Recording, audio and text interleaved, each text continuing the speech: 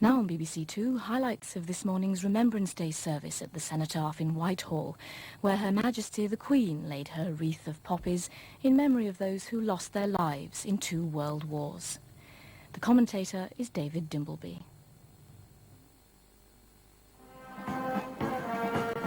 It is a simple ceremony which is conducted here each Remembrance Sunday around the plain Portland stone memorial of the Cenotaph, just a few hundred yards up Whitehall from Parliament Square.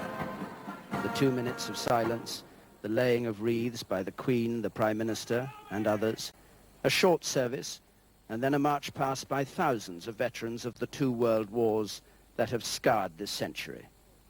This year the memories must be particularly strong. It's 50 years since the start of the Second World War, in which over 500,000 British and Commonwealth troops died, and with those killed in the First World War, which began 75 years ago, we remember today in all nearly 2 million men and women who gave their lives.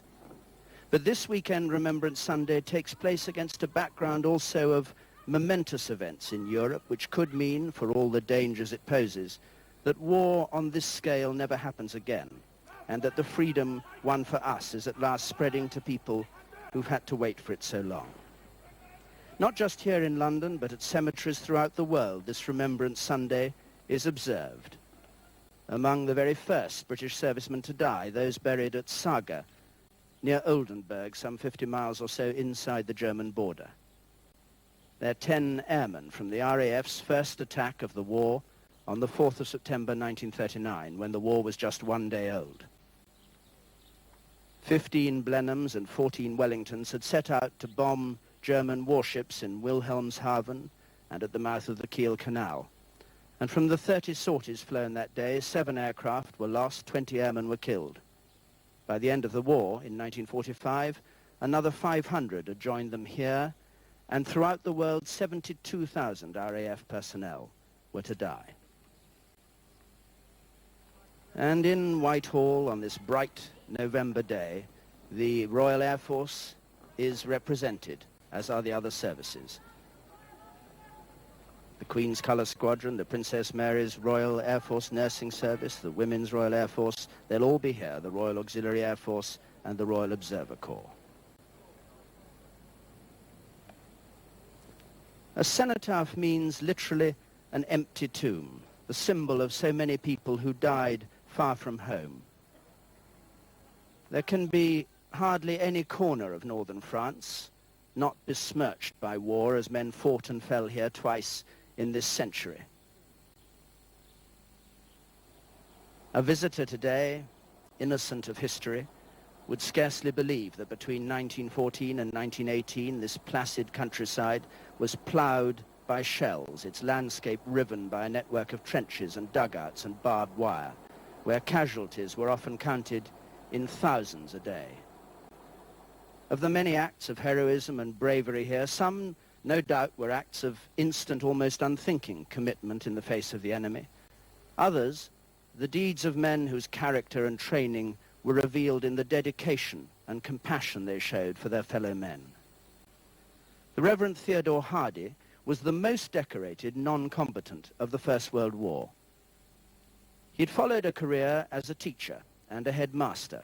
He was later ordained and appointed as priest to Hutton Roof in Westmoreland. In 1916, when he was 51, he volunteered to become a chaplain and was attached to the 8th Battalion of the Lincolnshire Regiment, serving in France. In 1917, he was awarded the DSO for conspicuous bravery. Under close fire from the enemy, he stayed and comforted men trapped in the flooded shell holes of Flanders. He won the Military Cross at Passchendaele. And later, for further and outstanding acts of gallantry, Theodore Hardy was to receive the Victoria Cross. Perhaps his most fearless act took place within sight of a German pillbox concealed in the scrub of Rossignol Wood, south of Arras. Its crumbled remains are still there today, as are the traces of shell holes covered with brambles and ivy. For several nights, Hardy had gone out into no man's land to comfort wounded and frightened men. And one night he made his way to a young soldier who lay within 10 yards of this pillbox, who had been shot and was too weak to stand. Helped by a sergeant, the chaplain succeeded in getting him back to the safety of Allied lines. Theodore Hardy himself was to die of wounds on the 18th of October 1918, 2 days before his 55th birthday and 3 weeks before the armistice was signed and the guns fell silent. He's buried in Saint-Sever Cemetery in Rouen. Selfless and considerate to the end, the words he whispered to the stretcher bearers as he lay weak and in pain are perhaps a fitting memorial. "I'm so sorry," he said, "to give you all this trouble, boys, when you're urgently needed elsewhere."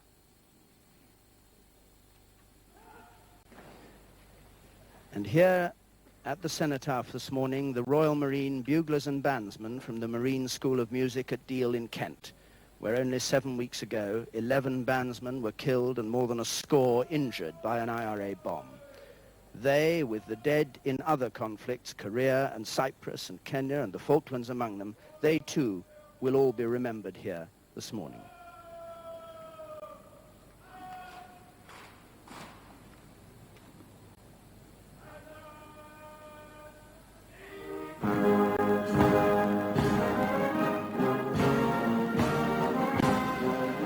Mass bands strike up Rule Britannia in tribute to the senior service, represented by officers and men from ship and shore here today, by the Wrens, by the Queen Alexandra's Royal Nursing Service, by members of the Royal Fleet Auxiliary who fuel and provision the ships.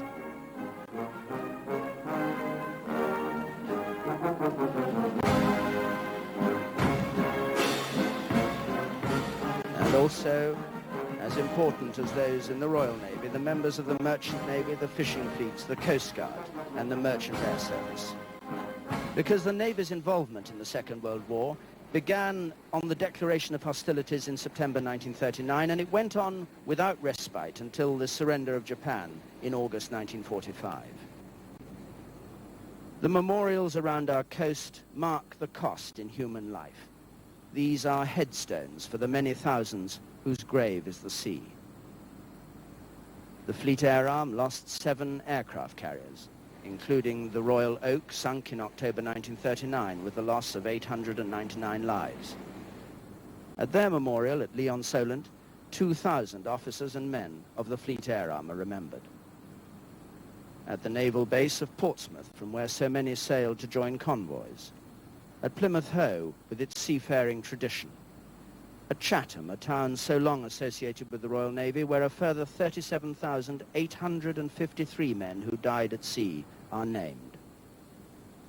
The Royal Naval Patrol Service lost over 2,000 men who manned the minesweepers, the trawlers, and the fuel carriers. And throughout these bitter years of the Second World War, the men of the Merchant Navy served on supply convoys and crewing many of the supporting ships of the Royal Navy. On Merseyside, the Merchant Navy Memorial remembers nearly 1,500 men who died at sea, and at Tower Hill, close to the Thames in London, 23,779 who sailed under the Red Ensign.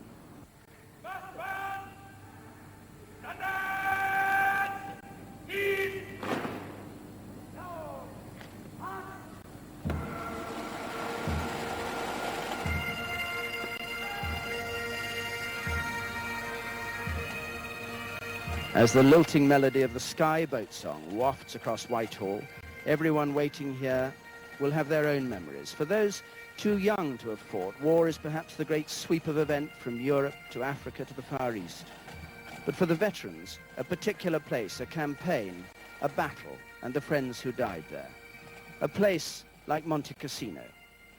The Italian campaign was seen by the British and the Americans as a prelude to the Normandy invasion. It was there to draw German troops and supplies away from the Channel coast and the Russian front.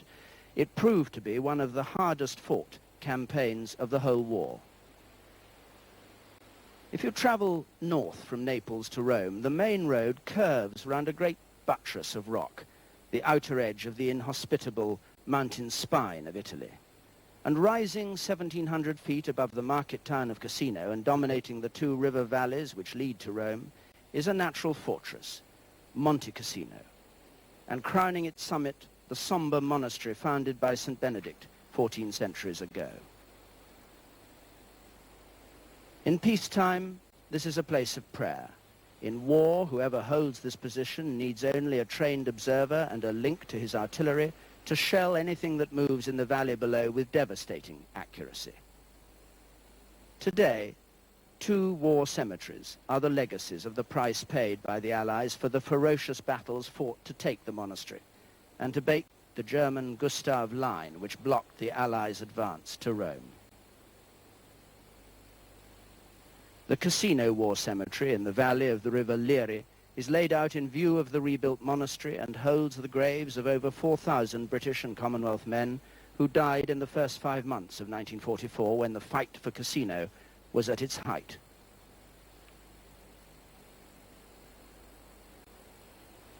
Away on the slopes of the valley facing the western side of the monastery lies the Polish War Cemetery. The distinctive stone crosses, each draped with a rosary, faded by the sun for many summers. On the 15th of February 1944, the monastery was heavily bombed by the Allies.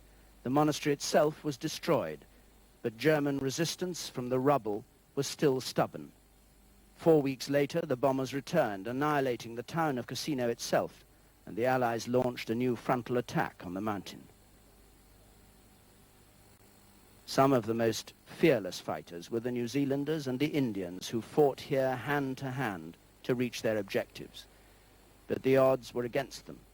They were virtually destroyed and unable to replace their losses. Today, new roads twist among the foothills and skirt the rebuilt town of Casino. It was here in the spring of 1944 that General Alexander conducted a masterpiece of maneuver.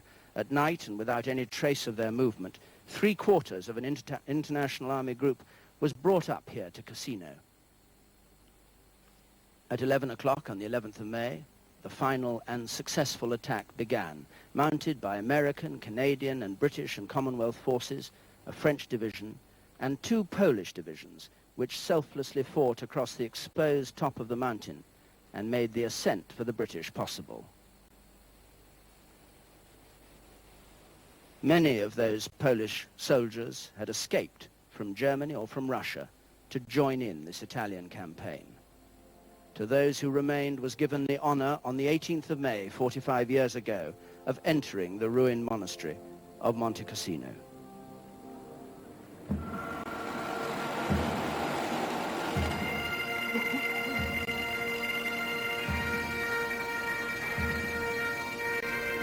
As the pipes of the Irish Guards play the traditional Scottish lament from Flodden Field, which mourns the 10,000 young men who fell in battle 476 years ago, the flowers of the forest.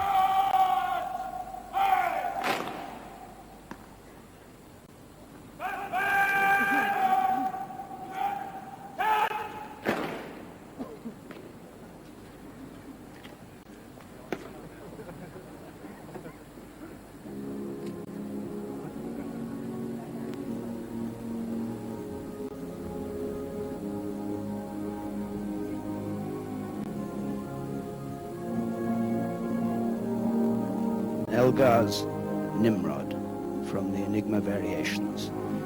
Music which haunts those who've known bereavement, but today reminds us not only of those who died, but those who lived and still suffer because of war.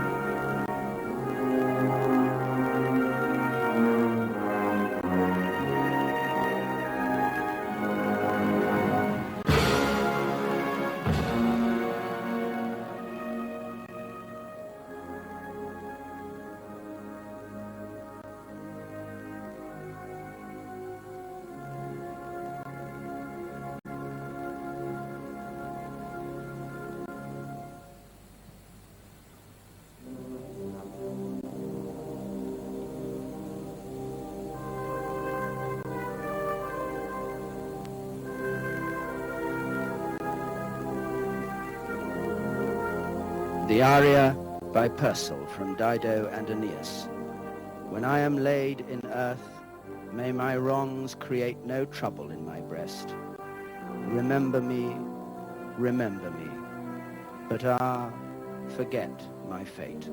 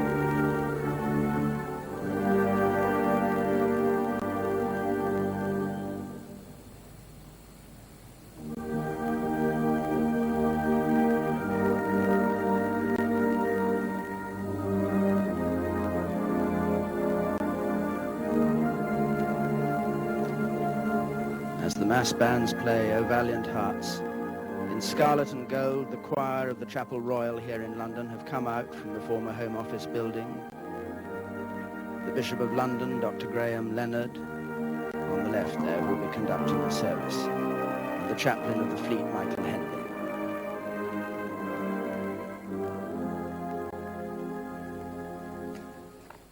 And the Prime Minister, the Leader of the Opposition, other members of the government and representatives of the political parties now come out of the former Home Office building to take their place the new Foreign Secretary Douglas Hurd there, with the special wreath of tropical flowers which he lays on behalf of the dependent territories.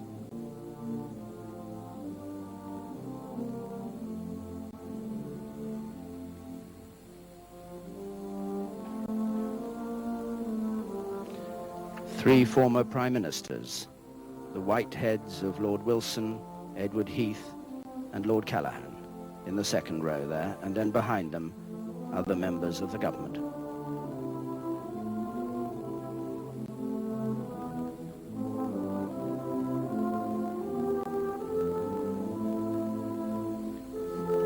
High Commissioners from 38 former members of the British Empire, which as colonies or dominions or dependencies had citizens who fought in the two world wars. Each of them will lay a wreath in memory of those who died.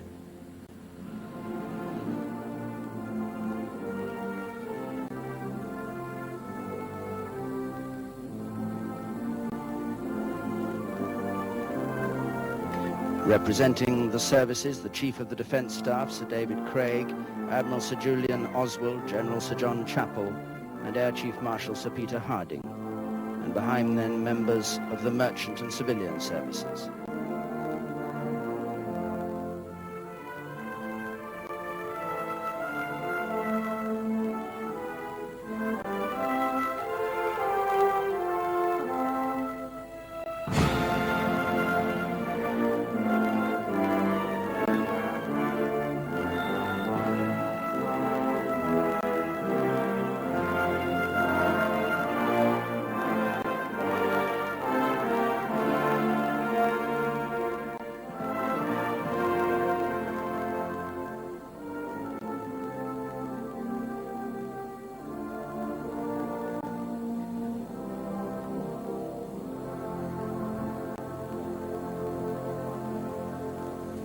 To a balcony on the former Home Office building, the Queen Mother and her party, King Olaf of Norway, 86 years old, on the left there, who was Commander-in-Chief of Norwegian forces in the war, the Princess of Wales, the Princess Royal, and the Duchess of York.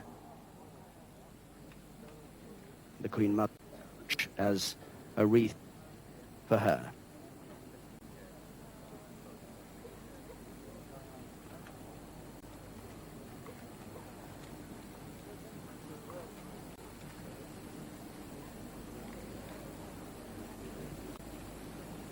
And now the royal procession, the Queen's procession. The Queen, His Royal Highness the Duke of Edinburgh, the Duke of York, and the Duke of Kent.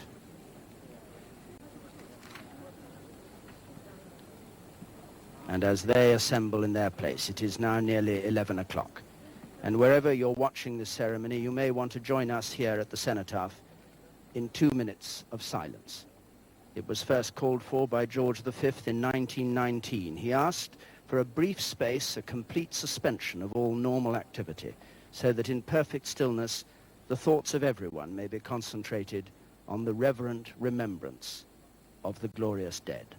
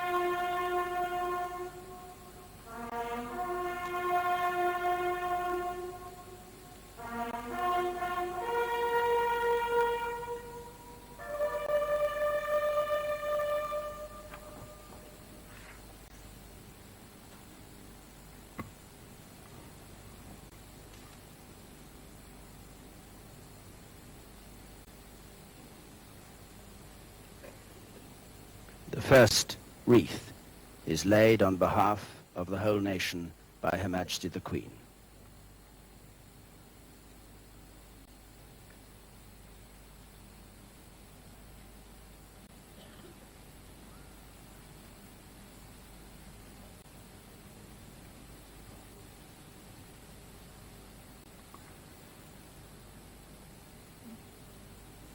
His Royal Highness, the Duke of Edinburgh.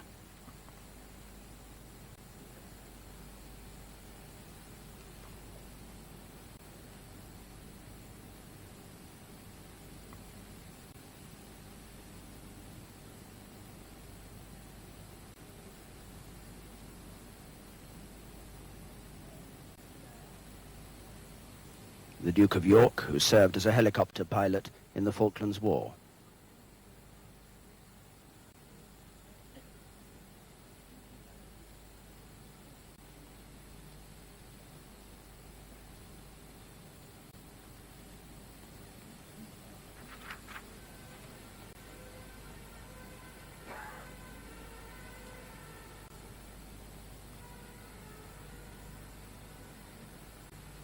The Duke of Kent, who's president of the Commonwealth War Graves Commission, which makes sure that English gardens are planted wherever the British dead lie.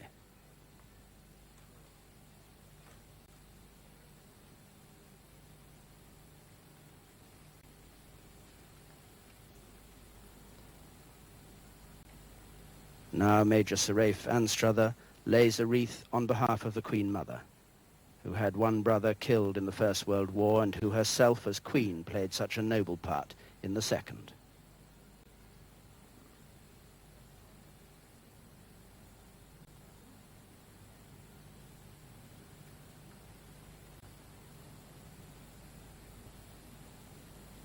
And Colonel John Winter, as a query to the Prince of Wales, lays his wreath.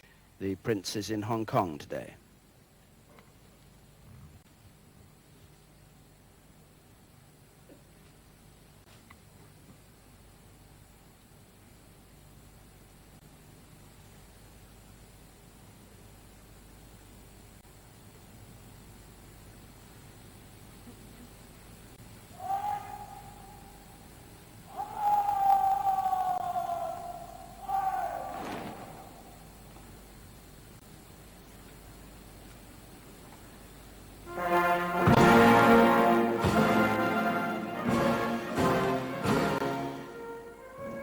Mass bands play Beethoven's Funeral March as the politicians lay their wreaths. The Prime Minister, Mrs. Thatcher.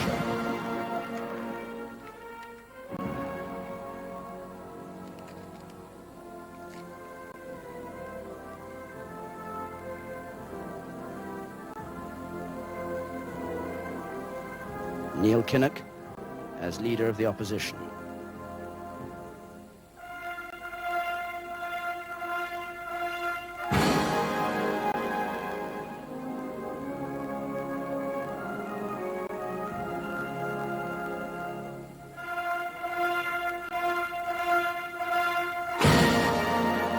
Paddy Ashdown, a former Royal Marine, leader of the Social and Liberal Democrats.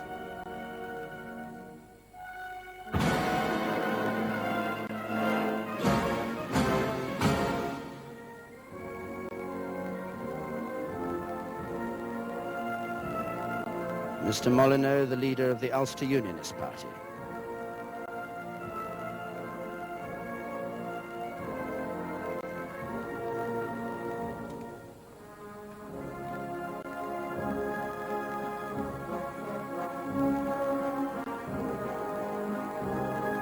Douglas Hurd, Secretary of State for Foreign and Commonwealth Affairs, with a wreath of olives and myrtle and palm and orchids on behalf of the dependent territories.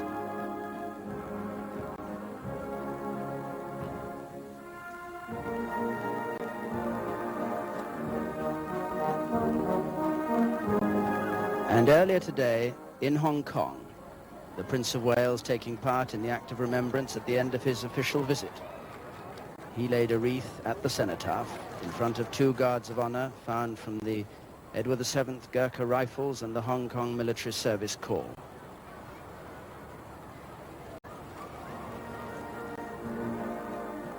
3 service chiefs move forward: the Chief of the Naval Staff, Admiral Sir Julian Oswald; the Chief of the General Staff, General Sir John Chappell; the Chief of the Air Staff, Air Chief Marshal Sir Peter Hardy.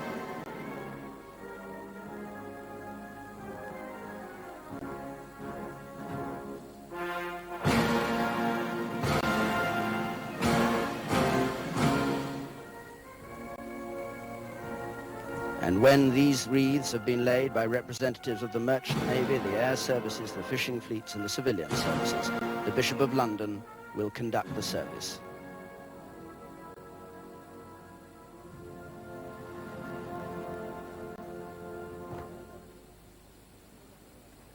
O Almighty God, grant, we beseech thee, that we who here do honor to the memory of those who have died in the service of their country, may be so inspired by the spirit of their love and fortitude, that, forgetting all selfish and unworthy motives, we may live only to thy glory and to the service of mankind, through Jesus Christ our Lord.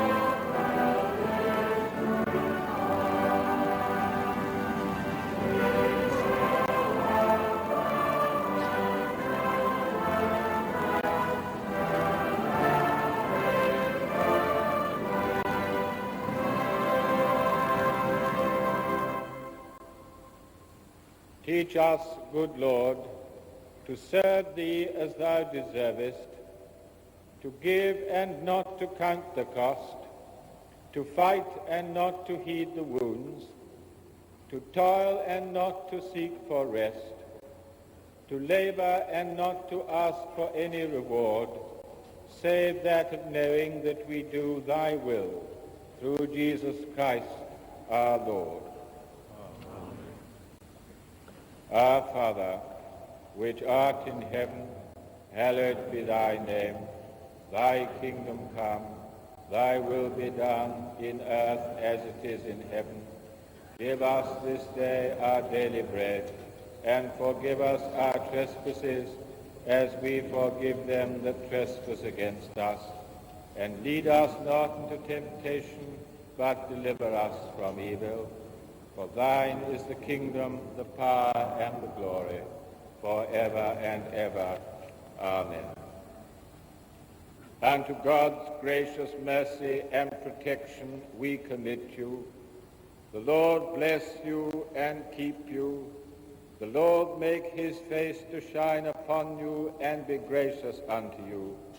The Lord lift up his countenance upon you and give you peace, both now and evermore.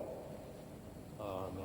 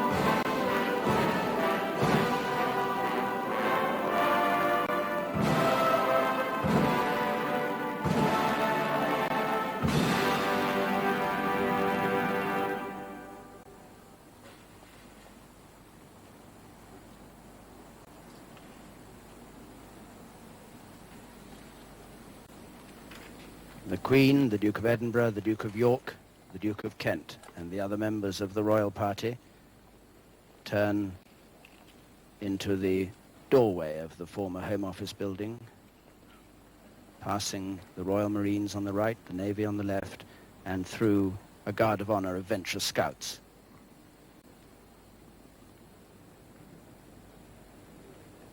No pompous ceremonial here this morning, just silence as they leave the politicians, former prime ministers and members of the government, the Speaker of the House of Commons, the Lord Chancellor.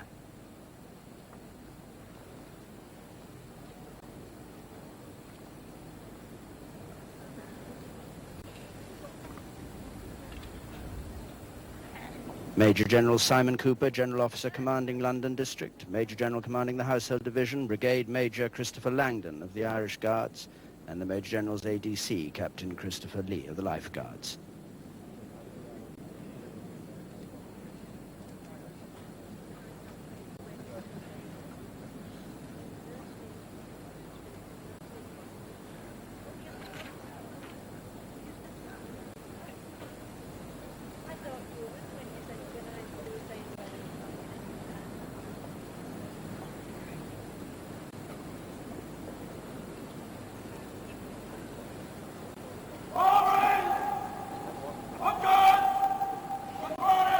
On behalf of the Royal British Legion, wreaths are now laid, the first by their President, General Sir Edward Burgess.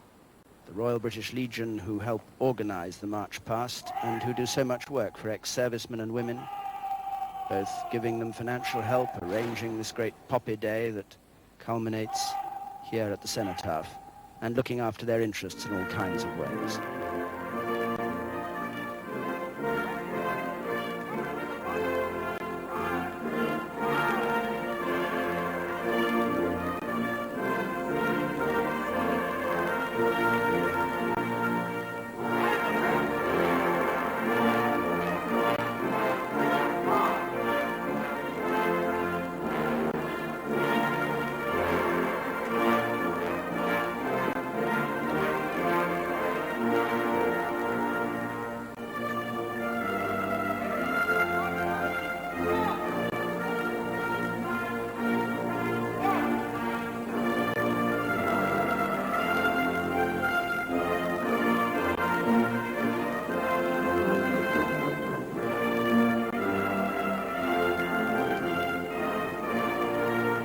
To the sound of trumpet voluntary, further wreaths are laid by the Royal British Legion, the women's section. The president of the Scottish section, the Commonwealth Ex-Services League, the Royal Navy Association, the Royal Air Force Association, and London Transport.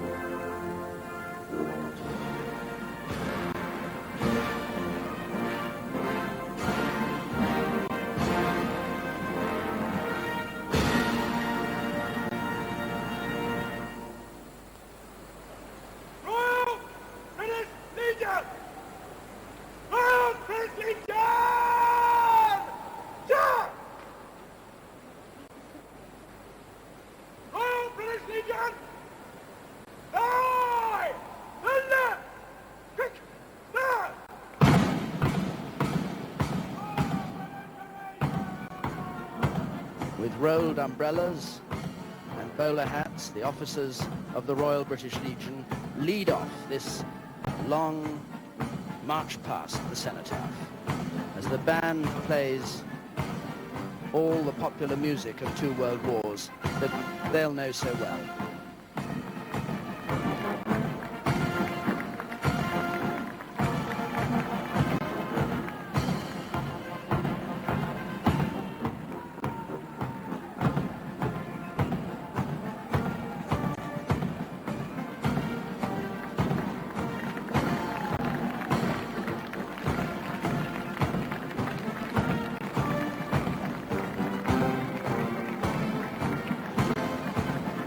British Limbless Ex-Servicemen's Association. Their motorized wheelchairs or pushed in wheelchairs approaching the Cenotaph.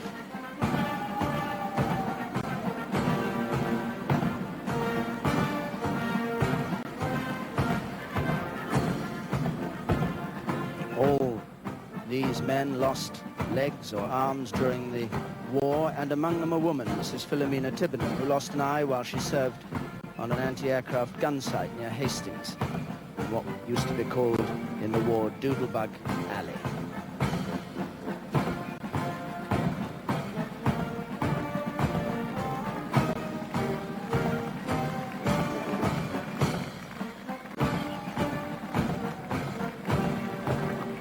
Now another line approaches from that mass of ex-servicemen waiting to march past, looking north up Whitehall.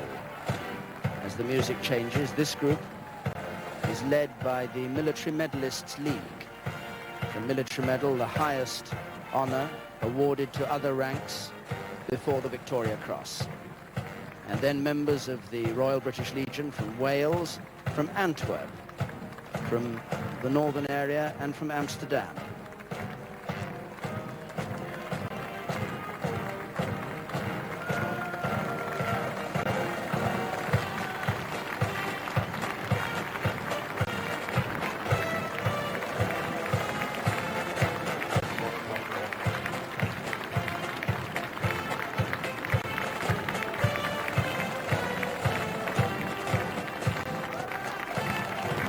Applause for representatives from St Dunstan's,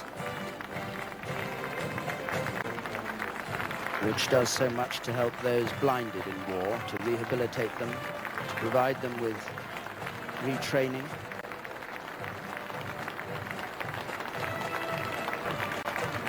And as they come down towards the Cenotaph, they're told by those who are marching with them that they've reached the point, and as proudly as any others do a smart eyes left.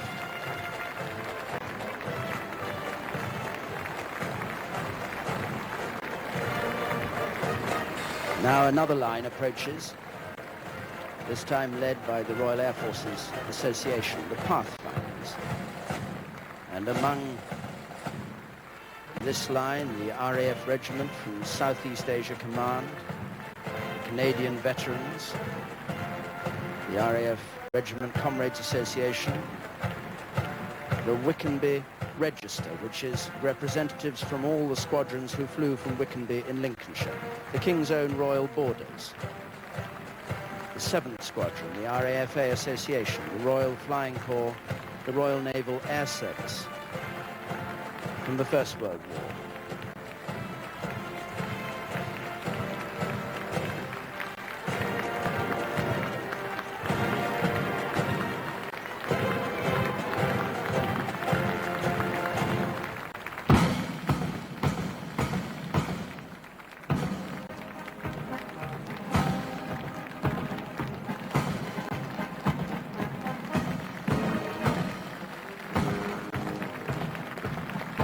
Parachute regiment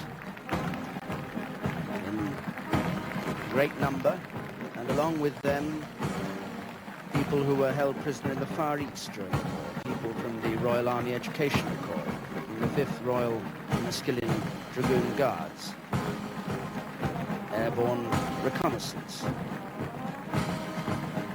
Dutch veterans, Dunkirk veterans,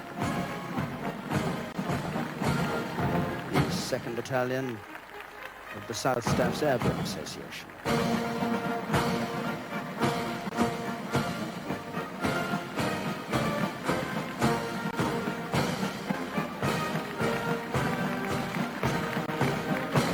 And their wreaths are added to those wreaths that were laid before by all the dignitaries who were here. These are wreaths on behalf of all these associations, or perhaps on behalf of just one person, a husband or a father.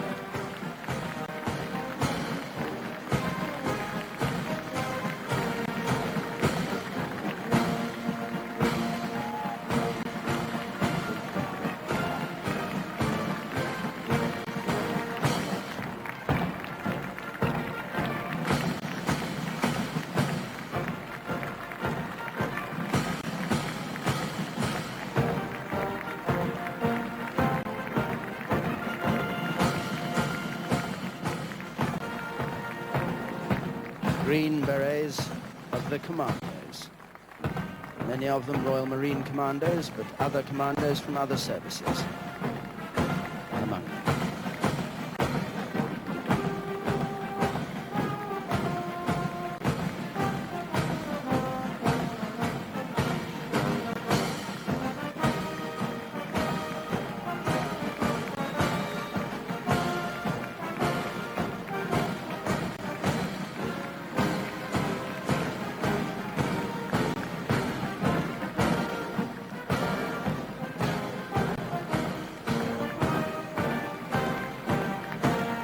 And how proudly they march, these veterans.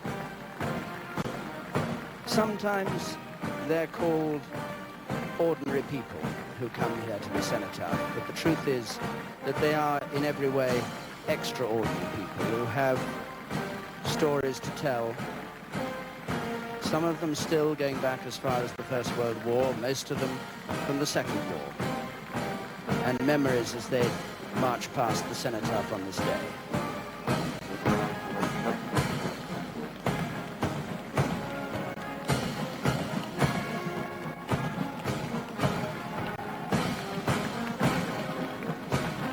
West Indian troops, many who fought in the British Army, but there was also a West Indian regiment based in the West Indies.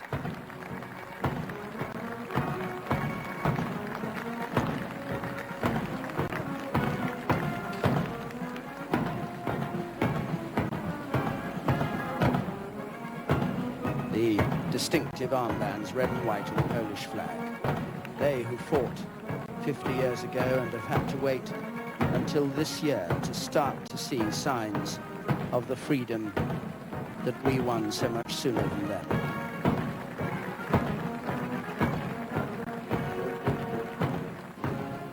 And as they go past the cenotaph, this ceremony of remembrance is over. If it's true, as we must all hope it's true, that we are this very day seeing signs of the end of the old divisions of Europe, which we've lived with for generations, it's also right to remember the price we've paid for those divisions in the past and the price that others paid for our freedom, and hope that price never has to be paid again. Around the foot of the cenotaph now, a garden of scarlet poppies, chosen as a symbol of remembrance in the First World War, after the words of a poem written at Ypres in 1915. In Flanders field, the poppies blow between the crosses, row on row, that mark our place. And in the sky, the larks still bravely singing, fly scarce heard amid the guns below. We are the dead. Short days ago we lived, felt dawn, saw sunset glow, loved and were loved. And now we lie in Flanders fields.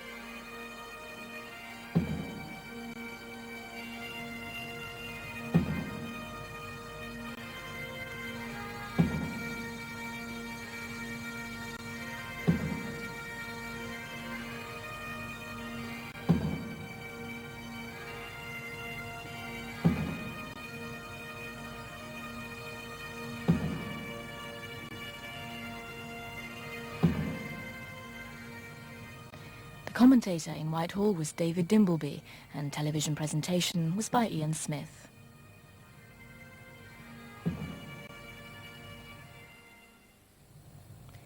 And later this evening on Radio 3, The Shadow of War presents a selection of music and readings for Remembrance Sunday from Eton College Chapel.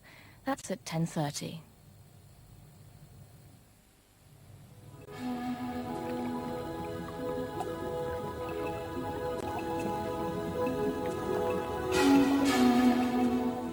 This most curious of rainforests, the flooded forest, is the home of some of our planet's most beautiful and remarkable creatures. The three-toed sloth is usually seen motionless and hanging upside down in the top of the tree. They appear to swim in slow motion, but are quite able to cross river channels as well as swim inside the flooded forest. Encounter some spectacular wildlife in the natural world. Amazon, the flooded forest, next Sunday, 7:15. At 9:20 this evening, we'll be bringing our story of Slim Gaillard's life up to date and also looking back to his past film career with roles in Roots, Absolute Beginners and Planet of the Apes. First on 2, we conclude the story of Magnum, tonight featuring a photographic diary of events in China last June, as recorded by a group of Magnum photographers.